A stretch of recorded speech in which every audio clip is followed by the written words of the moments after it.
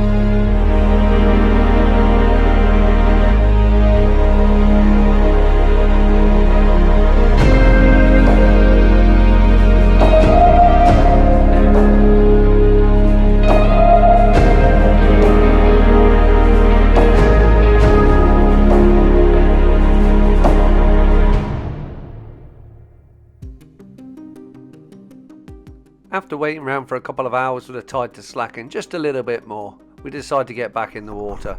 There still is a little bit of tide, but we need to take into consideration that me and Phil want slack water on this one. So I've got to get in slightly earlier, and hopefully Phil don't get too much tide towards the end of his. So we'll hit the bottom. It's quite nice, loads of reefs, loads of tago, loads of weed, and quite a lot of sand, to be honest. This is looking like it's going to be a good dive. Just going to wait a few minutes now I'm down to the bottom, because I dropped in and I swam as fast as I could to the bottom. It's only 21 metres. I want to go that way, so I need to check that what's happening with my line. So my line's going to slowly come around in the tide, and I reckon it's probably going to get caught on something. Yep. So unfortunately I'm going to have to swim over the top of this reef, which isn't the end of the world. Hopefully there's something nice on the other side of it. You notice I'm diving with a rope and a bag today. This is Phil's. Mine is out on Sylvia, and I didn't get down the harbour fast enough, and Sylvia with Keeney and Dan went out diving. So I'm stuck with a bag and a rope. Not the end of the world. It can actually be quite nice to have a rope in when you're in places like this, especially if there's a lot of current and you need to pull yourself back up of it. You notice there's loads of fish that keep coming over, seeing me and then panicking and swimming off. These are wrasse, I wouldn't worry about it, they're going to be back, I can guarantee you that. This is the first time I've dived in this area, so I'm unsure what's even down here. I know it's going to be reefs in this arrangement, because when you come around the south of the island, the currents around here are horrendous. This is always nice to see. Loads and loads of sand eel. Look at this. This is prime location for flatfish. We've got their food. We've got their habitat, which is this nice white sand. Fingers crossed we see some. We'll have to see what happens. I believe these are lesser sand eels because I can't see a spot on the side of them. But then again, they're moving past so quickly, very hard to see. I'm only guessing they're lesser really because of the length of them. They grow to about 200mm long. The greater do grow a lot bigger, and they are cannibals really because they will come in and eat these smaller ones. Right, let's take a look around on this sand. You see there's a cable running in front of me, a rope. This is one of Clive's pots, I think. And he was the one that was in that red boat as we come out and around the corner.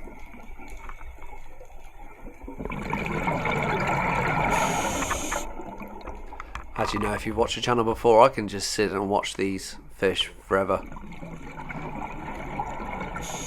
So relaxing. Looks like they're in some sort of arrangement, but then it's chaos. One of them panics and then they all panic. They split up, change into different balls, they move around, they're rolling all over the shop.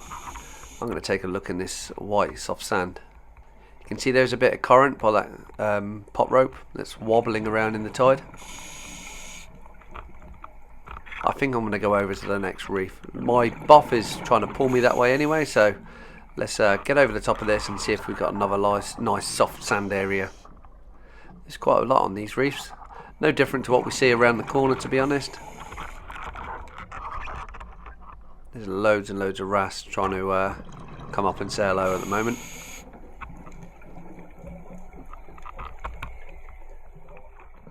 Well, my buff seems to have settled now in the right direction, so that's all good. What I think's happening is the tide on the surface is heading a different direction to the tide on the bottom. Tide on the bottom is kind of, as you look at the small particles, is heading to my left, and my buff for some reasons going to the right across the tide. It's either that or I'm caught around some bobber or a cable that goes from the bottom to the top. Kind of hoping I ain't. It doesn't feel like I am because you sometimes feel the tension on the rope, or you can feel it braiding against something, but at the moment it still feels really good. You can see a big male spider crab. There is loads of these still around at the moment. They should have gone by now. They were late coming and I think they're kind of early going, but we're not interested in collecting them today, albeit they do taste really nice sweet meat. What I want to do is try and, oh look, he's bought me a present. That's nice of him. You do get some wrasse do this, they bring you stuff over. I don't know if that's a peace offering, but don't worry mate, I'm not here to hurt you. If there's a big flatfish, I might fall with my knife or my spike that's in Phil's bag. I might fall over on it by mistake. I do like a nice flatfish. And that's the end of this reef by the looks of it. You can tell when the sand's coming up. It kind of glows. Oh, it's not very big, this one. That's kind of let me down a little bit. Oh well. We'll spend a second or two waiting here. Sometimes you see fish come past. And there's another wrasse coming up. What's he? Has he got a present for me as well? Nope. He's just spat a load of sand out. I think that is kind of his offering for me. So there's loads of sand eels, but they're just on the edge of my vision. I'm so surprised there's no bass and no pollock around here, because when you got a food source like that, and there is a lot of it, you kind of expect to see more of them. I think we're going to go down and have a look in this soft sand. Looks like it goes to a dead end that way, and this end goes out to the deep. Yeah, here they come.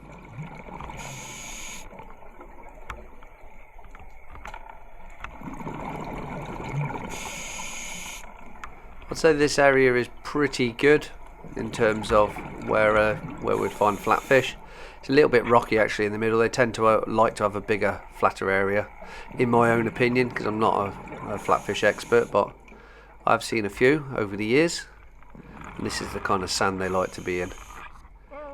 Look at that. Just pick a bit up, see what it's like. Can see fish. There's some fish poking their head over the reef. Maybe they're just wondering what I'm doing. So look at this sand. Lovely ripples. It's nice soft sand, you can sink into it, which is perfect for the flat fish. They just lay down on it and rustle their body, and then they basically just covered in sand. You can't see them. Perfect ambush, especially when you got these swimming around above your head.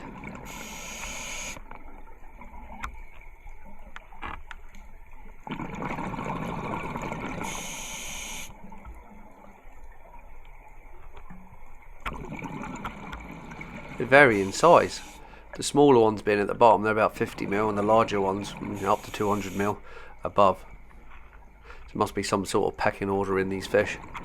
The smaller one stays below. Maybe the older ones realise that the flatfish are in the sand.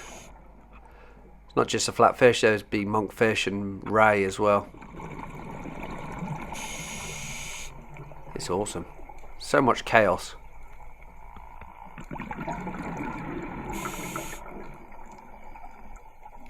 Forming a ball right the way around me. There's none directly above my head because I think they're worried about the bubbles I'm letting out. 230 bar.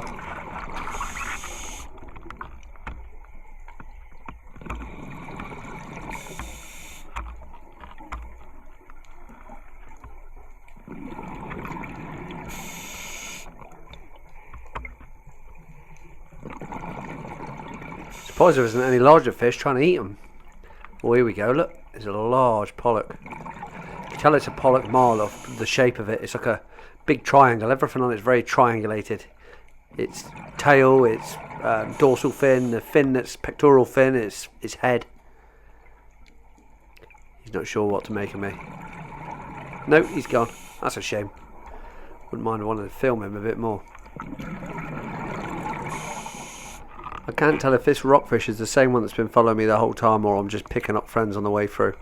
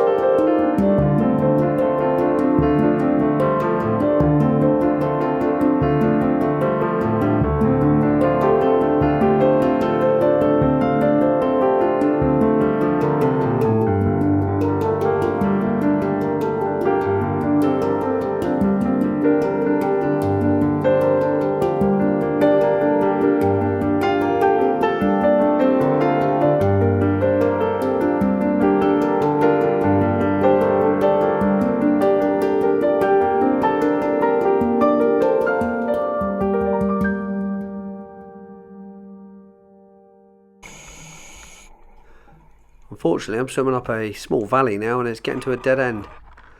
I might have to actually swim over the top of the reef. I like them sand eels though.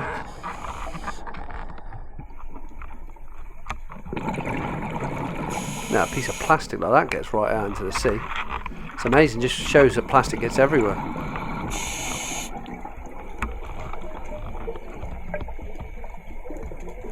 Not quite sure where all the big pollock and bass are. There should be loads around here. Right, decisions. Which way am I going to go? Am I going to carry on and try and go around the top of the reef? quite sure. My mate's still following me.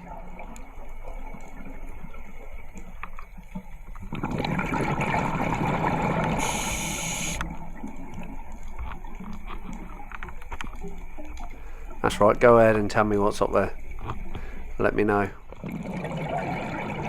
Got a funny feeling I'm going to come up a bit of a cropper here because my rope back to the surface is probably going to attach itself to one of these reefs. Just have to give it a go. In fact, I'm probably going to take a right here and try and swim up this narrow valley. I'll probably have the best chance of not getting snagged up with my rope.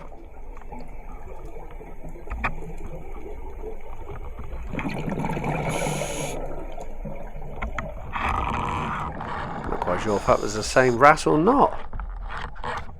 Looked kind of different a little. Right, more sand, no flatfish. Let's get over the top of this reef and down the other side. I need to get into deeper water. I've gone a bit shallow now. I like to be around about 25 to 28 metres. Here I'm probably 18 or 19. Plenty of painted gobies. That's what I think they are anyway. Pretty cool. It's like swimming in a fish tank full of neon tets or guppies or something.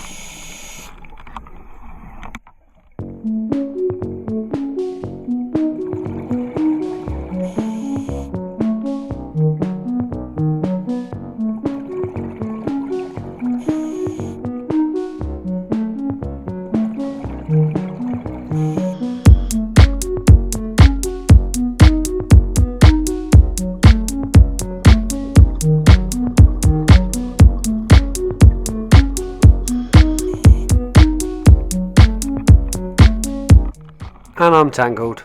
I'll have to go and sort it out.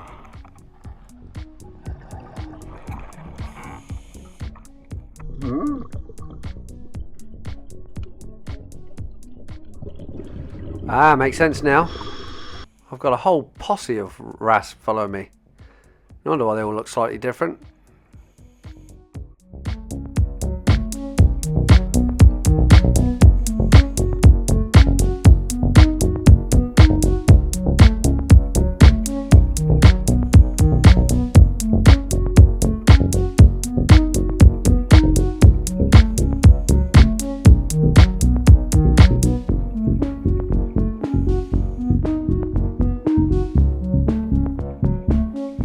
Bit of swimming back against the tide. It's character building.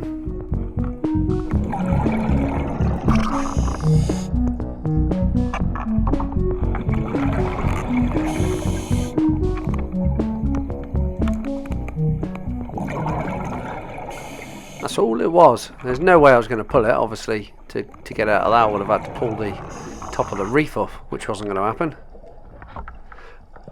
But there we go. We're loose. See the little juvenile pollock there at the top. Just going to try and pull it out of this kelp. There we go.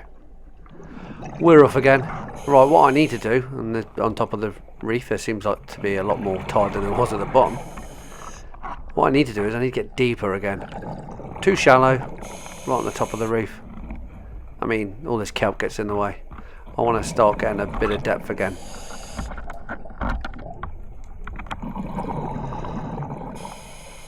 Yep, 14 metres. I definitely need to get deeper.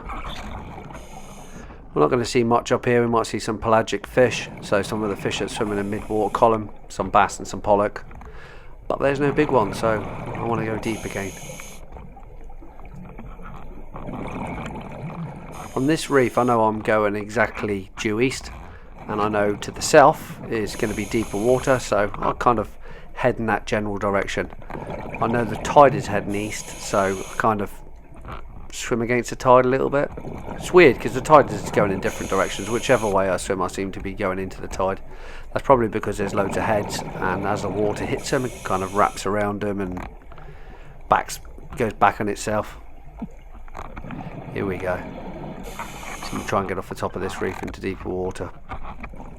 Feel like I'm going back the way I came, but I don't think I am. Doesn't feel like it. Definitely feels like I'm going deeper.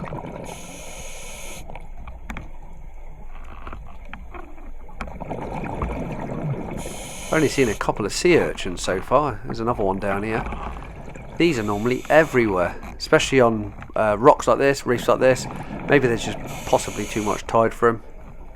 Maybe we're too shallow, I don't know. But they eat, this is what they eat all this seaweed.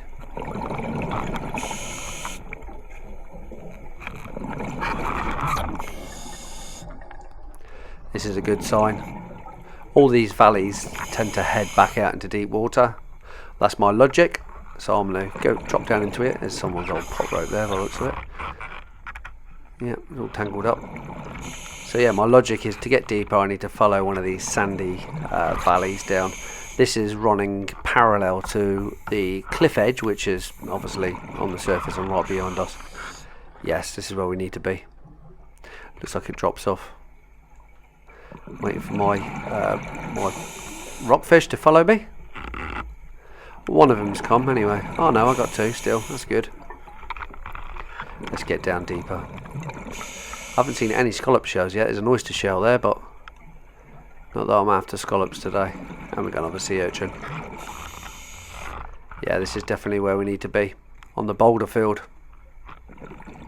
Let's drop down here and have a little look.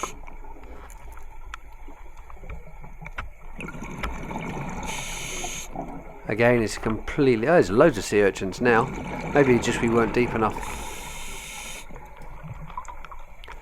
Also, another thing, I haven't seen any lobsters or any crayfish yet. I'm sure this is where they'll be, under these crevices. Yeah, got a few of my wrasse that follow me. 120 bar, that's half a tank. I've got 7 minutes bottom time. There's more than enough time to explore this area.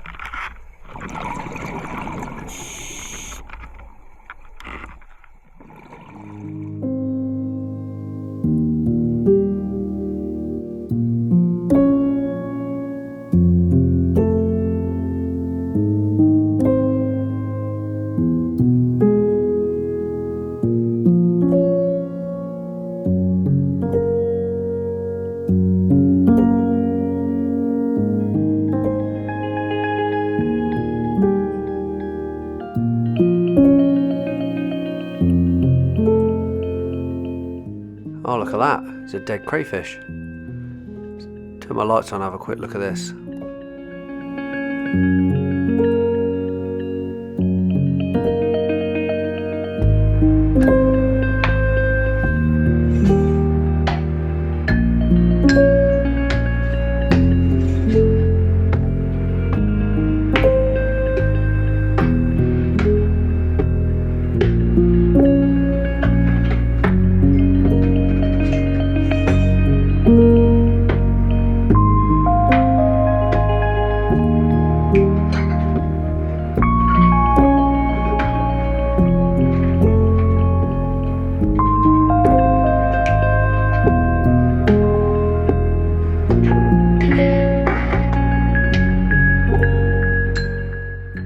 Need to try and head up the side of the reef to prolong my bottom time now.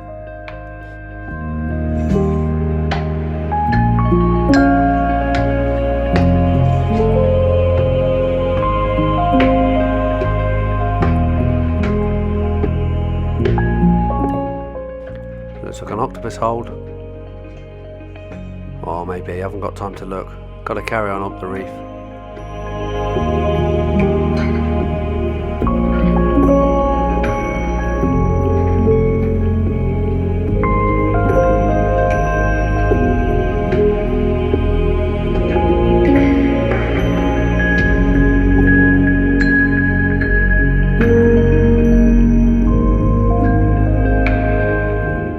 That looks very deep down there.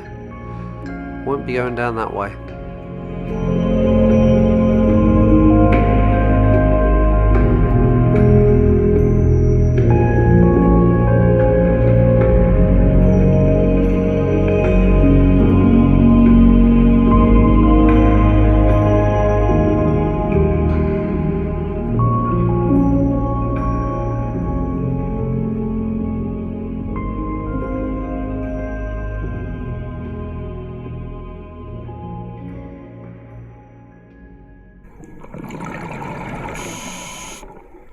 I'm going to have to go to the surface. Phil's in now.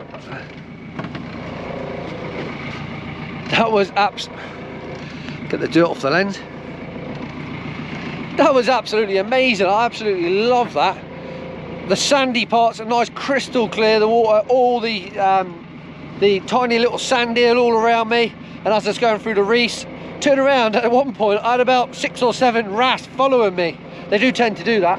I've seen a massive pollock swim up over the top of the reef. It's just sitting on the top there watching me. I could just see a big black silhouette, and he dived down. Didn't see any octopus, which was kind of my whole point. I wanted to see an octopus, but I did get that molt. So a molt is essentially that. So this is a crayfish or spiny lobster. Basically they squeeze their way out of these. So this is obviously just the shell. So as they get larger, they molt, and this is what's left. It's awesome, absolutely awesome.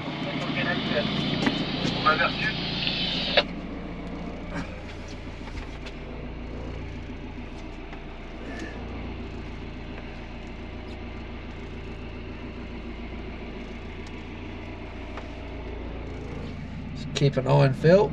He's behind us at the moment. Hopefully he has a good dive, I'm sure he will. So yeah, this is the molt. You can see everything's disappeared out, even the eyes come out of that little socket. So I reckon this is hours old, I reckon. Probably molted on the last tide. You can see there's little mucus all over it. You do get that on the molt. But he basically slid himself out the back there. That's cool. And that means that there's another cray down there, getting larger. Even there, I don't know if you can see it very well, but all these are empty as well. All inside here is empty. He's basically squeezed himself out and left. That's awesome. I like that, and it's a full molt as well. Well happy with that. I mean, I don't know what I'm going to do with it. Probably start. Well, I don't know if it will smell. Maybe I'll dry it out. Pretty cool.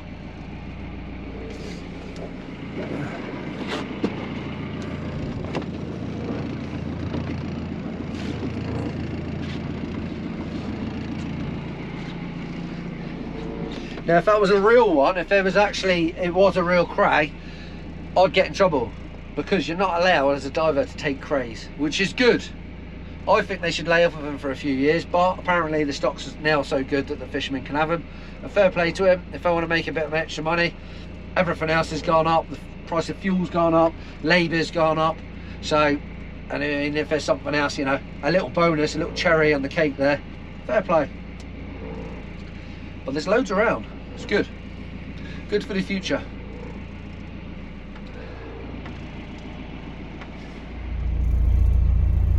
She's flapping well now. I think we got a squally shower going to come through.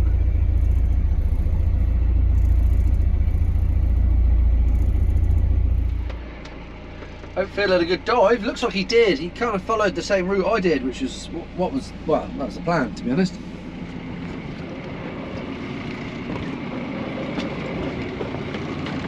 What to do next? Where should we go next? So we've done a half tide, an hour after high tide, and we could do another half tide, O'Dams or somewhere up that way. We'll see what happens, see what Phil wants to do. Phil's boat, Phil makes the rules up. Today is a day of just diving, not so much new stuff, but exciting stuff. This is new for me. I don't think I've ever dived here. Dived over there and I've dived over there, but randomly you could dive on the same spot and not see the same stuff ever again. 20 dives, you probably see the same ground twice maybe, I don't know.